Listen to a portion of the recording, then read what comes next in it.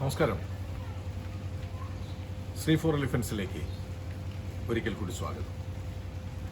നമ്മളുടെ കഴിഞ്ഞ prime episode വർഷങ്ങൾക്ക് മുൻപ് നടന്ന ശ്രീ ഫോർ എലിഫൻസിൻ്റെ ആരംഭകാലത്ത് 2004 തുറവൂരിൽ നടന്ന ഒരു ഉത്സവത്തിൻ്റെ ഓർമ്മകളായിരുന്നു. ഇന്ന് നമ്മൾ പഴമയിലേക്ക് ഒന്നുകൂടി തിരിച്ചു പോവുകയാണ്. ഈ ഫോർ എലിഫൻറ്റിൽ നിന്ന് ഞങ്ങൾ പടിയിറങ്ങിയ ശേഷം ഉള്ള ഒരു ഉത്സവം, എറണാകുളം ക്ഷേത്രത്തിലെ തിരുവുത്സവം. 2010 എറണാകുളം ഉത്സവത്തിൻ്റെ ചില ദൃശ്യങ്ങൾ. 2010 എറണാകുളം ഉത്സവത്തിന് ഒരുപാട് പ്രത്യേകതകളുണ്ടായിരുന്നു. കുറേ കാലത്തിന് ശേഷം ഒരുപാട് നല്ല ആനകൾ ഒന്നിച്ചു ചേർന്ന ഒരു ഉത്സവമായിരുന്നു 2010. പ്രത്യേകിച്ച് പറഞ്ഞാൽ കൊടുങ്ങല്ലൂർ ഗിരീശനും തിരുവമ്പാടി ശിവസുന്ദറും ഒക്കെ ചേർന്നുള്ള ചില നിമിഷങ്ങൾ. അങ്ങനെ ഈ ഫോർ എലിഫൻ്റ് എന്ന് പറയുന്ന നമ്മളുടെ പഴയ ആനക്കാഴ്ചകൾ മതിയാക്കിയ ശേഷവും ഞങ്ങൾ ചിത്രീകരിച്ച ആ ദൃശ്യങ്ങൾ, പഴമയുടെ ആ സുഗന്ധം, അതിലേക്കാണ് നമ്മളുടെ ഈ ആഴ്ചത്തെ യാത്ര. നിങ്ങൾക്ക് ഈ എപ്പിസോഡ് ഇഷ്ടമാവും എന്ന് പ്രതീക്ഷിക്കട്ടെ. ലൈക്ക് ചെയ്ത്, സബ്സ്ക്രൈബ് ചെയ്ത്, ഷെയർ ചെയ്ത് പറ്റുന്ന സുഹൃത്തുക്കളോടും അടുപ്പമുള്ളവരോടൊക്കെ നമ്മുടെ ഈ ചാനലിനെ കുറിച്ച് സജസ്റ്റ് ചെയ്ത് നിങ്ങളെല്ലാവരും ഈ ചാനലിനൊപ്പം ഉണ്ടാകും. നിങ്ങളുടെ സപ്പോർട്ട് എല്ലായ്പ്പോഴും ഉണ്ടാകുമെന്ന് പ്രതീക്ഷിക്കട്ടെ.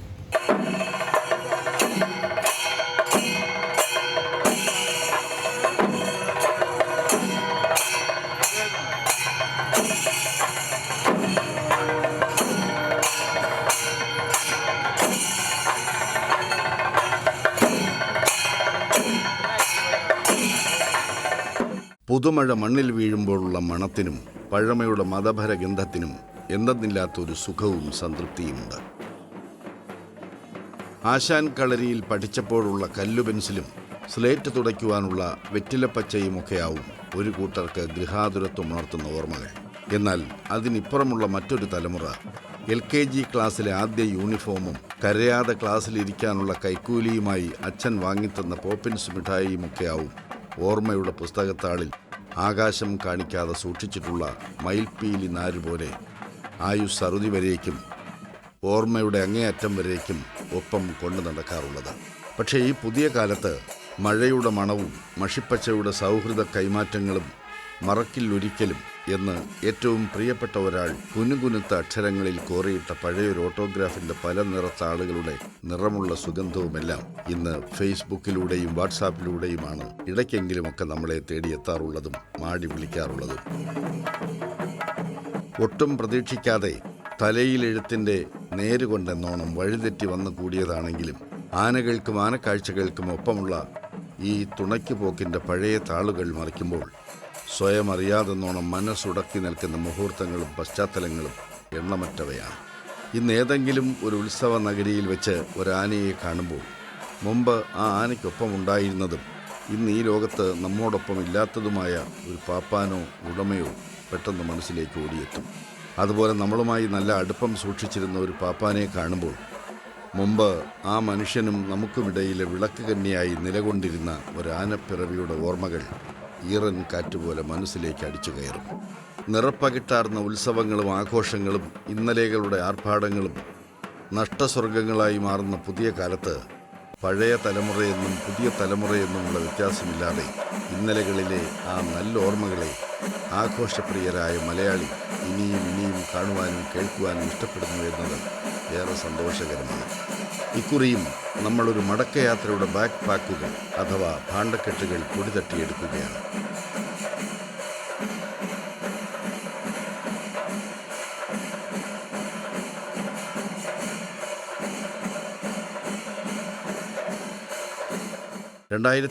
ലാണ് ഈ ഫോർ എലിഫൻ്റ് ആരംഭിച്ചതെങ്കിൽ 2010 ആയപ്പോഴേക്കും ആനക്കാഴ്ചകളിൽ നിന്നും വിട പറഞ്ഞിരുന്നു.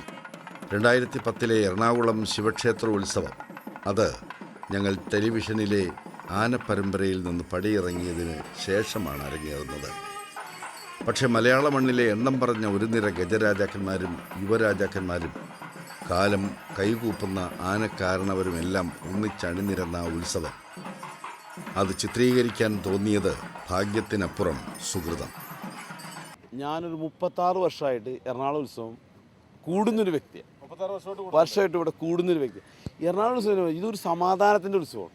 ഞങ്ങൾക്ക് ആകെ ഒരു കുഴപ്പമുണ്ടായത് കഴിഞ്ഞ കൊല്ലം ഒരു ആന വന്നിട്ട് ഇവിടെ ഉണ്ടാക്കിയ കുഴപ്പമാണ്. ഇതേവരെ എറണാകുളത്തപ്പൻ ഇടയ്ക്ക് വന്നിട്ട് ഒരു ആനയും കുഴപ്പമുണ്ടാകാണ്ട് ഒരു പ്രശ്നം ഉണ്ടാകാത്തൊരു സ്ഥലമാണ്. ഇവിടെ അങ്ങനെ പതിവില്ല. ഇവിടെ വരുന്ന ആനകളൊക്കെ വളരെ സമാധാനമായിട്ട് കാര്യങ്ങൾ. ഇപ്പോൾ ഈ കൊല്ലം കണ്ടില്ല ഉത്സവം ഇത്രയും ഭംഗിയായിട്ട് നടക്കുന്നത്. ഈ ആനകൾ നല്ല നല്ല ആനകളൊന്നും ഈ കൊല്ലം വന്നമാതിരി നല്ല ആനകൾ ഇവിടെ എറണാകുളം ഉത്സവത്തിന് പങ്കെടുത്ത കാലം തന്നെ ഉണ്ടായിട്ടില്ല. ചരിത്രമാണ് ഈ വർഷത്തെ ആനകളുടെ കാര്യത്തിൽ വളരെ സമുദ്ര ചരിത്രമാണിത്. എന്താ വെച്ചാൽ ഇത്രയും നല്ല ആനകൾ 2-3 നാടൻ ആനകൾ മറ്റുള്ള ആനകൾ എല്ലാവരും ബീഹാറിൽ അവർ നല്ല സമാധാനമുള്ള ആനകൾ നല്ല ഭംഗിയുള്ള ആനകൾ വന്ന ഉത്സവം. തിരുവമ്പാടി ശിവസുന്ദർ, ഗുരുവായൂർ വലിയ കേശവൻ, തിരുവമ്പാടി ചന്ദ്രശേഖരൻ, ഷേണായി ചന്ദ്രശേഖരൻ, ചെർപ്പുളശ്ശേരി ശേഖരൻ, പുതുപ്പള്ളി കേശവൻ, മധുരപ്പുറം കണ്ണൻ, ഉണ്ണിപ്പള്ളി ഗണേശൻ, തിരുമല ദേവസ്വം ഗജേന്ദ്രൻ തുടങ്ങിയ വമ്പന്മാരൊക്കെ എഴുന്നള്ളിയിട്ടുണ്ടെങ്കിലും സത്യം പറഞ്ഞാൽ കൊടുങ്ങല്ലൂർ ഗിരീശൻ എന്ന ആഠ്യൻകാരനവരുടെ നിറസാന്നിധ്യവും കാര്യഗൗരവവും അതുതന്നെയാണ് നാളെ ഒരു കാലത്ത് ഈ ഉത്സവ കാഴ്ചകൾക്ക് മൂല്യവും വീര്യവും ഏറുമെന്ന പ്രതീക്ഷയിൽ അതെടുത്തു വയ്ക്കുവാൻ പ്രേരണയായത്.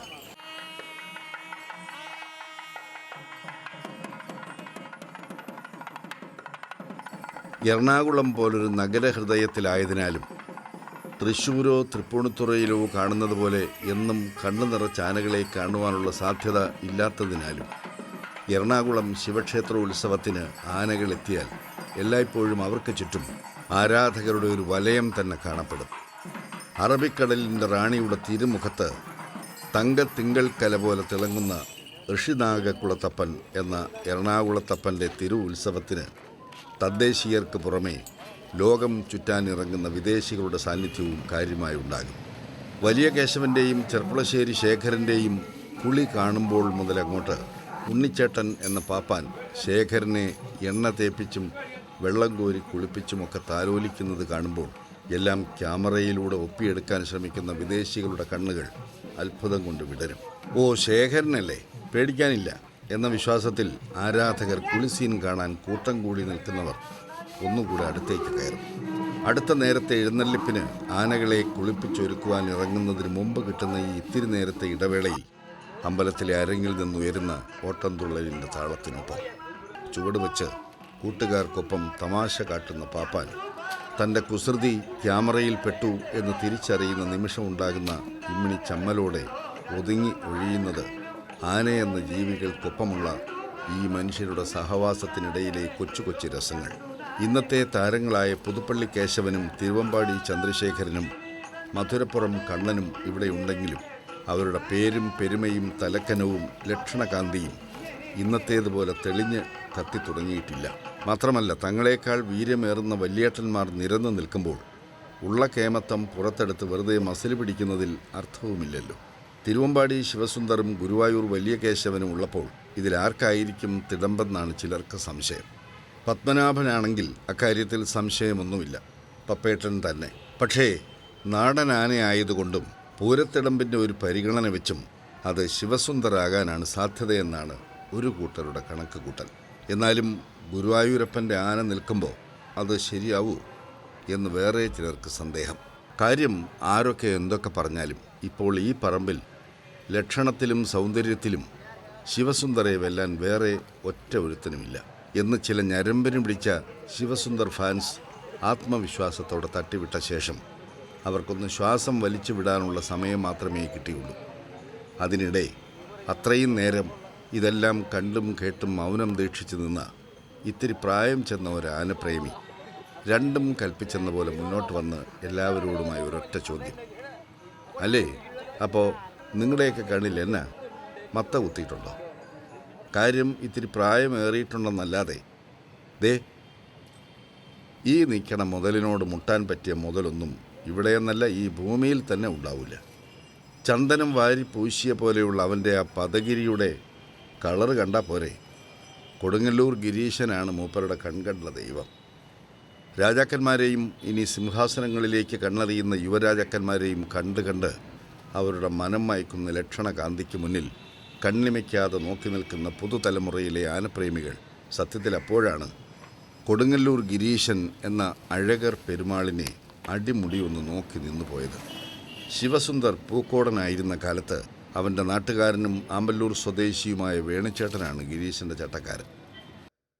കൊല്ലങ്കോട് ചന്ദ്രൻ ശിവസുന്ദറിൻ്റെ കയ്യാളും. രണ്ടുപേരും ഒരേ കാട്ടിലാണ്, ഒരേമാതിരി സ്വഭാവമുണ്ട്. ഈ കോടനാട് കാട്ടിന് നമ്മുടെ വിവരം വെച്ച് പറയുമ്പോൾ മറ്റുള്ള ദിക്കിലെ മാതിരിയല്ല, ഈ കാട്ടിനൊരു പ്രത്യേകത. കോടനാട്ടിലെ കാട്ടിലെ ആനകൾക്കൊക്കെ 2 നീരിൻ്റെ കാലാവധിയുണ്ട്. അങ്ങനെയുണ്ട്. ഉണ്ട്.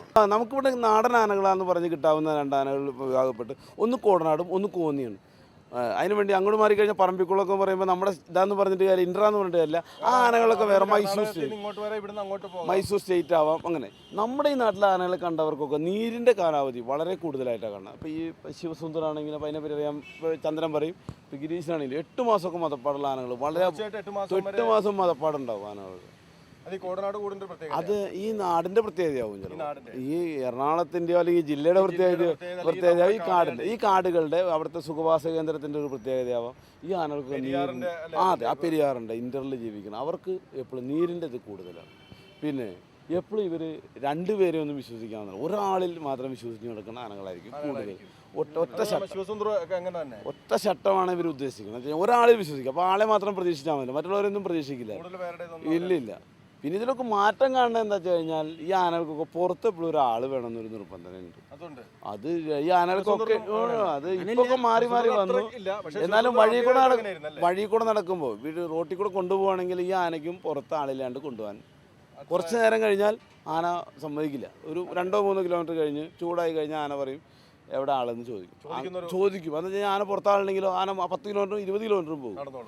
അപ്പോൾ അത് ഈ നാടിൻ്റെ പ്രത്യേകതയാണെന്ന് പറയാൻ വയ്യ. അപ്പോൾ നമ്മുടെ അറിവനുസരിച്ച് ഈ കാട്ടിലെ ആനകൾക്ക് എപ്പോഴും മതപ്പാടിൻ്റെ അംശം കൂടും, സൗന്ദര്യം കൂടും. ഇത്രയും സൗന്ദര്യമുള്ള ആനകൾ ഇനിയിപ്പോൾ വേറെ തലമുറയിൽ ഇനി ഉണ്ടോ എന്ന് നമ്മൾ അന്വേഷിക്കേണ്ടി വരും. ഉണ്ടോന്ന് ഇപ്പം നമ്മൾ കണ്ടുവരുന്നതിൽ വെച്ചിട്ട് ഏറ്റവും ഭംഗിയുള്ള ആനകൾ നമ്മുടെ എറണാകുളം ജില്ലക്കാരനായ ആനകളാണ്.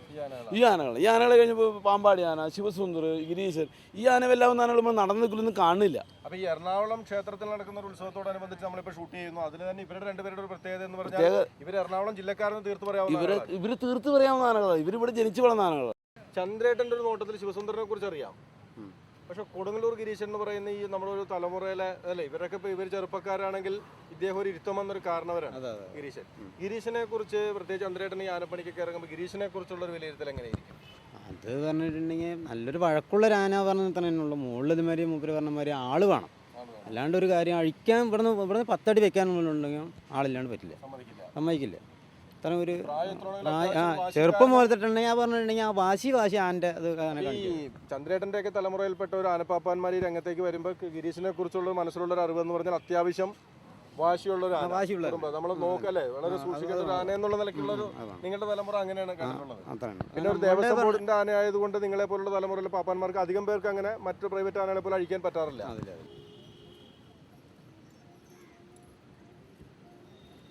ഇവിടെ ശിവൻ്റെയും വലിയ കേശവൻ്റെയും ആരാധകർക്കിടയിൽ നടന്ന ഈയൊരു പോട്ടാപ്പോട്ടിയാണ് സത്യത്തിൽ ശിവസുന്ദരനെയും കൊടുങ്ങല്ലൂർ ഗിരീശനെയും ഉൾപ്പെടുത്തിക്കൊണ്ടുള്ള ഒരു ഫോട്ടോഷൂട്ട് അഥവാ ഒരു ക്യാറ്റ് വാക്ക് എന്ന ആശയത്തിലേക്ക് ഞങ്ങളെ നയിച്ചത്.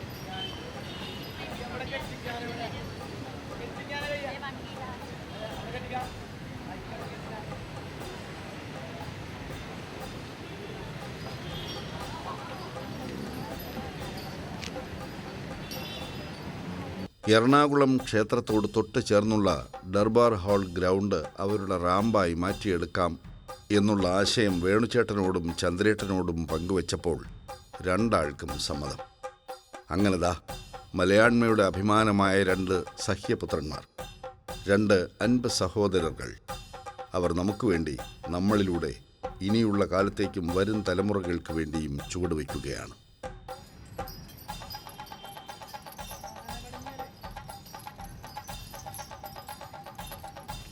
അത്യാവശ്യം വാശിയുള്ളൊരു ആന, അത്യാവശ്യം വഴക്കുള്ളൊരു ആന, വളരെ സൂക്ഷിക്കേണ്ട ഒരു ആന, എപ്പോഴും പുറത്ത് ആൾ വേണ്ട ഒരു ആന.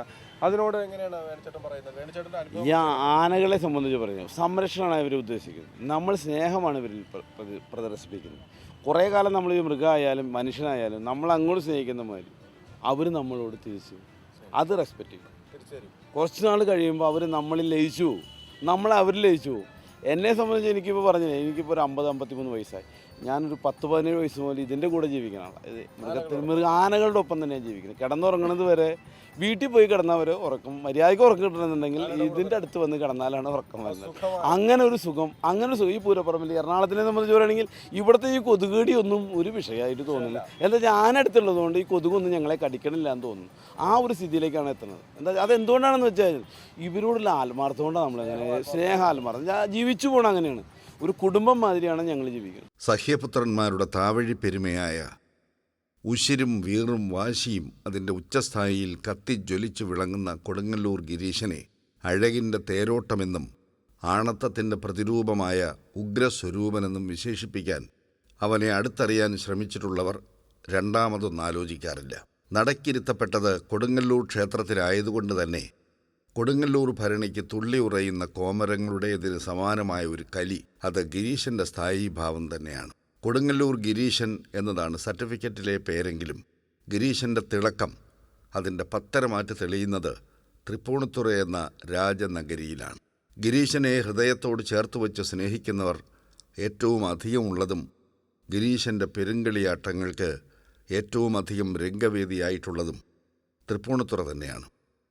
മലയാള നാട് കണ്ടിട്ടുള്ള നാട്ടാനച്ചന്തങ്ങളുടെ നിരയിൽ തന്നെ എക്കാലത്തെയും ഏറ്റവും മികച്ച ലക്ഷണ ശ്രീമാന്മാരിൽ മുമ്പനായ തിരുവമ്പാടി ശിവസുന്ദറും ആഠ്യൻ തമ്പുരാൻ കൊടുങ്ങല്ലൂർ ഗിരീശനും തോളോട് തോളൊരുമി ചുവടുവയ്ക്കുന്ന ഈ നിമിഷങ്ങൾ ആനക്കേരളത്തിൻ്റെ കിരീടം വയ്ക്കാത്ത 2 ചക്രവർത്തിമാർ അവർ ഉടവാള് ഉത്തരീയവുമായി നടത്തുന്ന ഈ പള്ളിപ്പുറപ്പാടിൻ്റെ പശ്ചാത്തലം കൊച്ചി രാജവംശത്തിൻ്റെ ദർബാറുകൾക്ക് അരങ്ങായി മാറിയ ദർബാർ ഹാൾ ഗ്രൗണ്ടിൽ തന്നെയായി എന്നത് തികച്ചും യാദൃച്ഛികം. ആനയുടെ അടുത്ത് കിടക്കണമെന്ന് പറഞ്ഞാൽ ആന എങ്ങനെയാണെന്നല്ല, ഈ ആന നമ്മളെ എങ്ങനെ പെരുമാറുന്നു, ഇവർ നമ്മളോട് അങ്ങനെ ആത്മാർത്ഥം അതേമാതിരി അതിൻ്റെ കാല് ചോട്ടി കിടന്നുറങ്ങിയാലും അത്ര സുഖമായ ഉറക്കം വീട്ടിൽ എവിടെ പോയി കിടന്നാലും കിട്ടില്ല. അതിനോട് ആത്മാർത്ഥമായിട്ട് സ്നേഹിക്കുന്നവരുടെ ഒരു വിഭാഗത്തിൻ്റെ ഒരു കാര്യമാണ് പറയുന്നത്. ഈ മൃഗത്തിനെ സ്നേഹിക്കും. അത് എങ്ങനെയോ അടിച്ചു തിടിച്ചു 10 ആള് അതിന് ഇത്രയും കാലത്തിന് 5-6 പാപ്പന്മാരാണ് ഈ ഗിരീശനെ പാപ്പന്മാരായിട്ട് കയറിയിട്ടുള്ളൂ. ഇത്രയും കാലത്തിനിടയ്ക്ക് ഈ 70 വയസ്സിനിടയ്ക്ക് അത്രയും വയസ്സിനിടയ്ക്ക് വളരെ കുറച്ച് ആൾക്കാർ മാത്രം കയറി വരാൻ ഗിരീശനുണ്ട്. വളരെ 5-6 കുറിച്ച് നമ്മുടെ ചന്ദ്രേട്ടൻ ഇങ്ങനെ പറഞ്ഞല്ലോ, അത്യാവശ്യം വാശിയുള്ള ആന, നല്ല വാശിയുണ്ട്. ഇതേപോലെ തന്നെ തിരിച്ച് ഗിരീശന്റെ പാപ്പ എന്നുള്ള വേണുവേട്ടന്റെ നോട്ടത്തില് ശിവസുന്ദരനെ കുറിച്ചൊരു കാഴ്ചപ്പാടുണ്ടല്ലോ. പ്രത്യേകിച്ച് ശിവസുന്ദരന്റെ ആദ്യം ശിവസുന്ദർ ആവുന്നതിന് മുമ്പ് പൂക്കോടൻ ശിവനാകുന്ന കാലത്ത് അവന്റെ മുതലാളിയുടെ ഉടമയുടെ വീടെന്ന് പറഞ്ഞാൽ ഞങ്ങൾ 4 കിലോമീറ്റർ മാറ്റുള്ളൂ. അത്ര അടുത്ത് നിൽക്കണ കൊച്ചു കുഞ്ഞായിരിക്കും പോലും അന്ന് മുതൽ അറിയാവുന്ന മനസ്സിലാക്കിയിട്ടുള്ള. പിന്നെ ശിവസുന്ദരോ അന്നും ശിവസുന്ദരം നല്ലൊരാണ്, ഒരു കുഴപ്പമില്ല എനിക്ക്. ഇന്ന് ശാന്ത സ്വഭാവമാണ്, അന്നും ആന ശാന്ത. അതെങ്ങനെയാണെന്നറിയോ, ഈ ആനകൾക്കായാലും മനുഷ്യനായാലും ഒരു പരിവുണ്ട്. നമ്മൾ മനുഷ്യനെ ശ്രദ്ധിക്കേണ്ട ഒരു പരിവുണ്ട്. ഒരു 18, 20, 25 റേഞ്ചിനുള്ളിൽ നമ്മുടെ മക്കളാണെങ്കിലും നമ്മൾ ശ്രദ്ധിക്കണം. വഴി വിട്ടു പോകാൻ പറ്റിയ ഒരു കാലം ആ ഒരു പരുവം അത് ഈ മൃഗങ്ങളിലും കണ്ടുവരുന്നുണ്ട്. അങ്ങനെ ഒരു കാലയളവിൽ ഈ ആന 1 മാസം കാട് കയറി പോയതാണ്. കാട് കയറി പോയിട്ട് ഈ ആന 1 മാസമൊക്കെ കഴിഞ്ഞ് അന്വേഷിച്ച് കിടന്ന് അവസാനം ആനയുടെ അതൊക്കെ ഒരു സമാധാനമായതിനു ശേഷമാണ് ഈ ആന തിരിച്ചു പിടിക്കാൻ പറ്റുന്നത്. ആ കഥയുണ്ട്. അപ്പം അങ്ങനെ ഒരു കഥയുള്ള ആന ഞങ്ങളുടെ വീടിൻ്റെ തൊട്ടുള്ള ആനയാണ്. അന്ന് ആന കാട് കയറി പോയി, പിന്നെ ആന കിട്ടിയില്ല. അങ്ങനെ ആന അന്നും നല്ല ആനയിൽ പെട്ട ആനയല്ല ഈ ആന. ഇപ്പോൾ നമ്മളറിയാമല്ലോ, ഇപ്പോൾ പാറമേക്കാവ് ബാലകൃഷ്ണൻ എന്നൊരു ആനയുണ്ട്. ഈ ആന 2 ആന ഒരു ജോഡി ആനകളാണ്. ഈ 2 ആനയ്ക്ക് നല്ലൊരു ഭാഗ്യം പറയാനുള്ളതാണ്. 2 ആനയും കണ്ടാൽ വലിയ വ്യത്യാസമൊന്നുമില്ല. നല്ല ഭംഗിയുള്ള ആനകളാണ്, നല്ല നാടൻ ആനകളിൽ. ഈ കുട്ടനാട് ആനകൾക്ക് പ്രത്യേകതയുണ്ട്. ഇപ്പം ഇല്ല, ഇപ്പം മുല്ലയ്ക്കൽ ബാലകൃഷ്ണനാണ്. മുല്ലയ്ക്കൽ ബാലകൃഷ്ണൻ അത് പാറമേക്കാവ് ആനയായിരുന്നു. അതിനവർ വിറ്റതാണ്.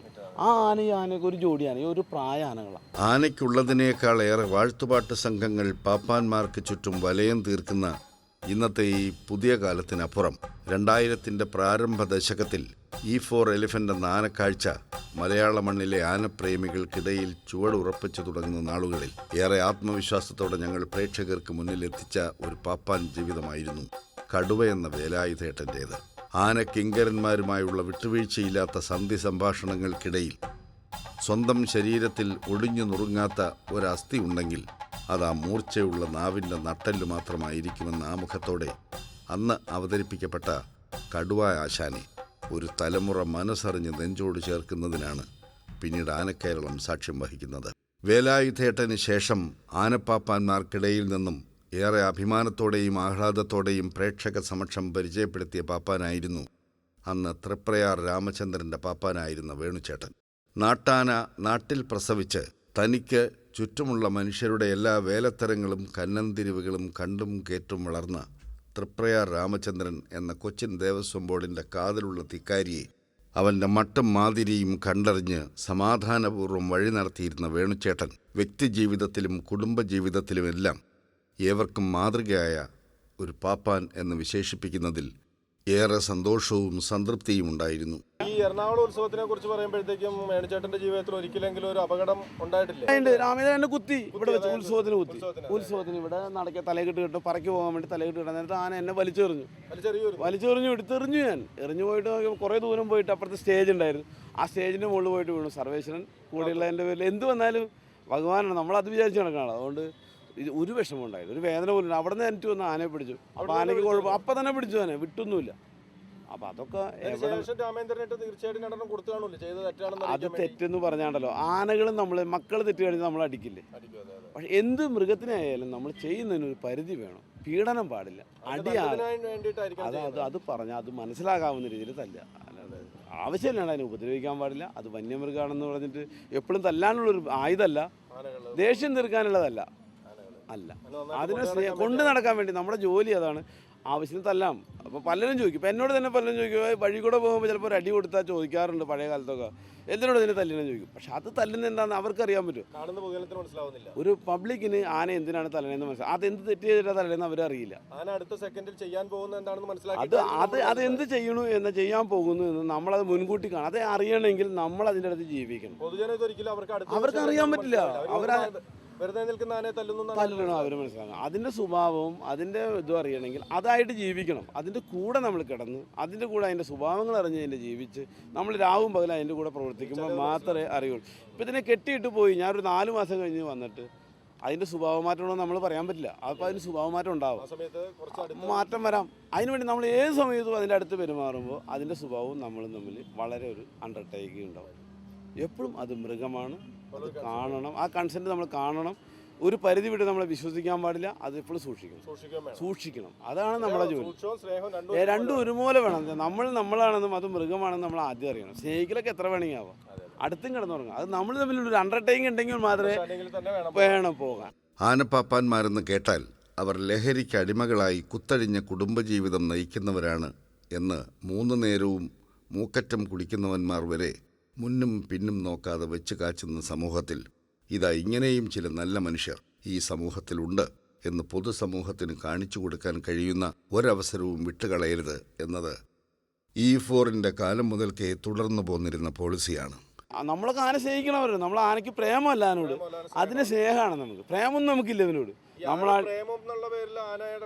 അത് പ്രേമം എന്ന് പറഞ്ഞാൽ പീഡനാണെന്നാ പറയാ. അതിപ്പോ നിങ്ങളൊരു സ്ത്രീയെ സ്നേഹിക്കുകയാണെങ്കിൽ ആ സ്ത്രീയെ പീഡിപ്പിക്കണ മാതിരിയാ. ഒരു പരിധി വിട്ട് കഴിഞ്ഞാൽ സ്വാർത്ഥതയല്ലേ അതിനെപ്പറ്റി.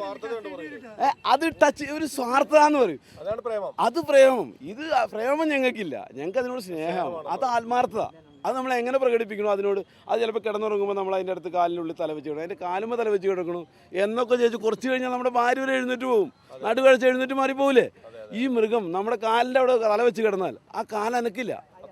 അത്രയോട് നമ്മൾ അത് ഉൾക്കൊണ്ടാനകൾ എല്ലാ ആനകളും പറ്റുമെന്ന് പറയാൻ വയ്യ. അവരോട് നമ്മൾ എങ്ങനെ പെരുമാറുന്നുവോ അതേമാതിരി അവൾ നമ്മൾ തിരിച്ച് പ്രതികരിക്കേണ്ടത്. എന്നാൽ നമ്മൾ അവർ അടി കൊടുക്കുന്നുണ്ട്, അടി കൊടുത്ത് നമ്മുടെ അടുത്ത് പിണങ്ങി പോകുന്നില്ല. കുറച്ച് അടി കൊണ്ടു കഴിഞ്ഞ് കഴിയുമ്പോൾ നമ്മുടെ അടുത്ത് വന്നിട്ട് എന്തിനാണ് എന്നെ തല്ലി എന്നുള്ള രീതിയിൽ അത് തെറ്റതിന് മനസ്സിലാവും. ചോദിക്കും. അപ്പൊ തെറ്റ് നമ്മൾ ഇന്ന കാര്യം നിനക്ക് തല്ലി മനസ്സിലാക്കുന്നുണ്ട്. ദേഷ്യപ്പെടും. അത് എന്താ അറിയോ, അത് അവന് മൃഗമല്ലേ. അത് അതിനെങ്ങനെയാണെന്നറിയോ, ഇപ്പൊ എന്നെ സംബന്ധിച്ച് പറയുന്നത് ഞാൻ 5-6 മാസമൊക്കെ ആയിട്ടുണ്ടാവും ആനയെ തല്ലിയിട്ട്. തല്ലേണ്ട ആവശ്യം വരുന്നില്ല. ഗിരീശൻ എന്നോട് ഞാൻ എന്തെങ്കിലും പറഞ്ഞാൽ ഗിരീശൻ അത് പോട്ടനെ അനുസരിക്കുന്ന ഒരു സ്വഭാവമാണ് ഇപ്പോൾ കണ്ടുവരുന്നത്. അതെന്തോ കുറേ കാലം കൂടിയിട്ടാണോ അതോ അതിന് വയസ്സായിട്ടാണോ അത് ചിലപ്പോൾ അതിനോട് എന്നോട് സ്നേഹം കൂടിയിട്ടാണോ എന്ന് എനിക്ക് പറയാൻ വയ്യ. പക്ഷെ ഇന്നും അങ്ങനെയാണ് അത് പെരുമാറുന്നത്.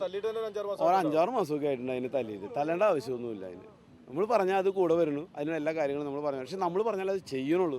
അന്ന് പകർത്തുവാനും എല്ലാ കാലത്തേക്കുമുള്ള നീക്കിയിരിപ്പും നിക്ഷേപവുമായി കാത്തു സൂക്ഷിക്കുവാനും നിമിത്തമായ 2010-ലെ ഉത്സവം ഓർമ്മകളിലെ ഈ സുഗന്ധത്തിന് പകരമാകാൻ മറ്റെന്തെങ്കിലുമുണ്ടോ? അന്ന് നമ്മൾ ചിത്രീകരിക്കുമ്പോൾ കൊടുങ്ങല്ലൂർ ഗിരീശനും ചെർപ്പുളശ്ശേരി ശേഖരനുമായിരുന്നു കൂട്ടത്തിൽ തലമുതിർന്നവർ. അതിൽ കൊടുങ്ങല്ലൂർ ഗിരീശൻ നമ്മോട് വിട പറഞ്ഞിരിക്കുന്നു. ഒപ്പം പൂരത്തിടമ്പിൻ്റെ നേരവകാശിയായിരുന്ന ശിവസുന്ദറും ഇന്ന് നമ്മോടൊപ്പമില്ല.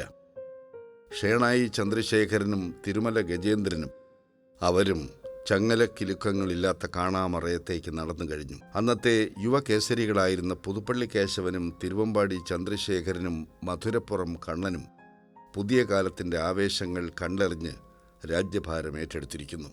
പോയ കാലത്തെ ചില നിമിഷങ്ങൾ, ചില മുഹൂർത്തങ്ങൾ നമുക്ക് പ്രിയതരമാകുന്നത് ആ നാളുകളിൽ നമ്മളും നമുക്കേറെ വേണ്ടപ്പെട്ട ചിലരും ഒന്നിച്ചുണ്ടായിരുന്നു. ആഘോഷങ്ങളും ഉത്സവങ്ങളും അവരും നമ്മൾ ഒന്നിച്ചാണ് കൊണ്ടാടിയിരുന്നത് എന്നുള്ളത് കൊണ്ട് കൂടിയാണ്. ഓർമ്മകളുടെ ആ നിഴൽ നിലങ്ങളിൽ വല്ലപ്പോഴും ഒരിക്കൽ ഇനിയും ഇതുപോലെ ഇളവേൽക്കാം.